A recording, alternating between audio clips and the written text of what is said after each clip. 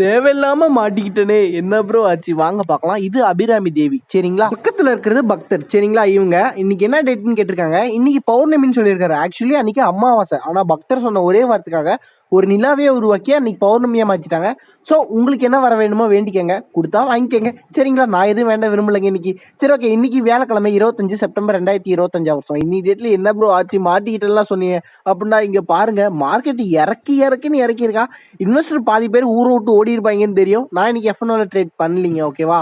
ஆனா இன்னொரு அக்கௌண்ட்ல போய் தேவையில்லாம மாட்டிக்கிட்டேன். அனலைஸ் பண்ணிட்டு இருந்தேன் நான். என்ன ப்ரோ 99 ரூபா லாஸ் பண்ணிட்டியா? ஆனா பொசிஷன் ஓப்பன்ல இருக்குங்க. நாளைக்கு தாங்க நிலவரம் என்னன்னு தெரியும். 3.29க்கு அப்புறம் ட்ரேட் எடுப்பேன். நான் அனலைஸ் பண்ணிட்டு இருந்த மதப்புல ட்ரேடை எப்ப எடுக்கிறனே தெரியாம எடுத்து தொலைஞ்சிட்டேன். க்ளோஸ் பண்ணலான்னு பார்த்தா எல்லாம் அப்படியே நிக்குது. 99 ரூபா லாஸோட இருந்தா பரவாயில்ல. 3.29 ட்ரேட் எடுத்துட்டேன்.